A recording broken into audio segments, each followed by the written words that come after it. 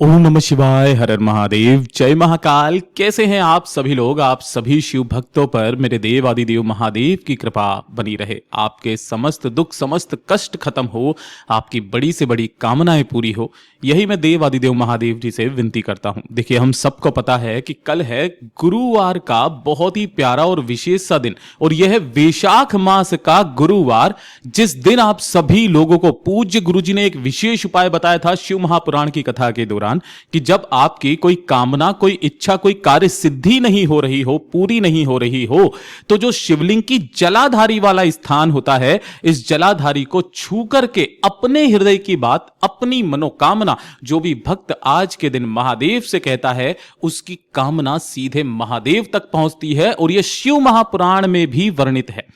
पूज्य गुरु जी की ही कथा से सुन करके और समझ करके इस पूरे उपाय को बहुत ही आसान भाषा में आप सभी लोगों को बताऊंगा। परंतु उससे पहले आप सबसे बस एक छोटी सी प्रार्थना करना चाहूंगा कि जो भी शिव भक्त पहली बार आए हैं, चैनल को सब्सक्राइब जरूर से कर लीजिएगा और वीडियो को लाइक करके देव आदिदेव महादेव का कोई सा भी प्यारा नाम कमेंट बॉक्स में लिखना बिल्कुल भी मत भूलिएगा। पूज्य गुरुजी ने जब इस उपाय के बारे में कहा था, तब कहा था कि आपको दो विशेष चीजें इस वाले उपाय को करने के लिए चाहिए। पहला, एक लेना है आपको बेलपत्र। अब ध्यान रखना, अगर आपको बेलपत्र नहीं मिलता है तब आपको क्या करना है, महादेव की शिवलिंग पर जब आप जाएंगे तो शिवलिंग पर जो भी बेलपत्र चढ़ा हुआ है उसे उठा करके स्वच्छ जल से धो करके काम में ले सकते हैं। ठीक है।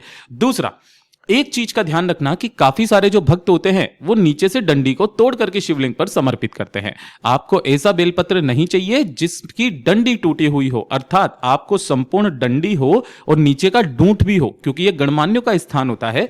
इस तरीके की आपको बेलपत्र चाहिए होगी।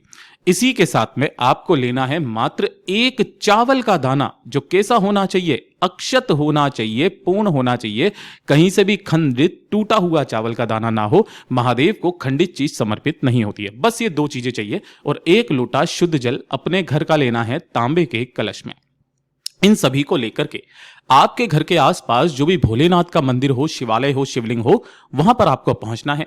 शिवलिंग के पीछे की तरफ आप हमेशा बैठा कीजिए, जिससे कि आपका जो मुख होता है वो किधर हो जाता है, उत्तर दिशा की तरफ में हो जाता है। देव दिशा, उत्तर दिशा। ठीक है। इस तरफ में बैठ करके जो भी आपको पूजा पाठ अर्चना करनी है वो पहले कर लीजिएगा।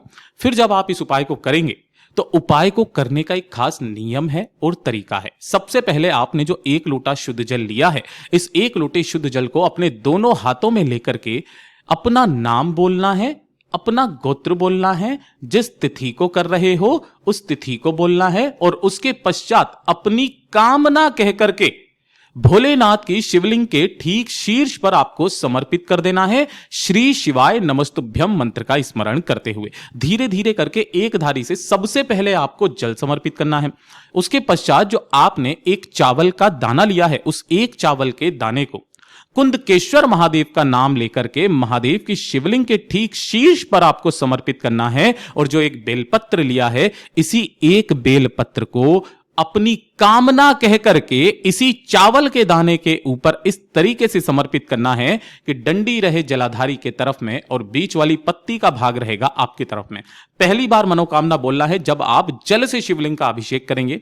दूसरी बार जब मनोकामना कहेंगे जब आप बेलपत्र को शिवलिंग पर समर्पित करेंगे। और उसके पश्चात जहां से जल ये नीचे गिरता है, इस जलाधारी पर अपने दाहिने हाथ की हथेली लगाकर इस तरीके से, यहां पर जल जैसे गिरता है ना तो वो रुक जाना चाहिए, अपनी दाहिने हाथ की हथेली लगाकर अपने हृदय की बात, अपनी मनोकामना महादेव से कह देनी है। बाबा से विनती और कामना कर करके जो व्यक्ति इस वाले उपाय को आज के दिन करना भी स्टार्ट कर देता है ना, 1 2 3 बार, महादेव उसकी कामना निश्चित रूप से स्वीकारते हैं। ये खुद पूज्य गुरु जी के वचन हैं।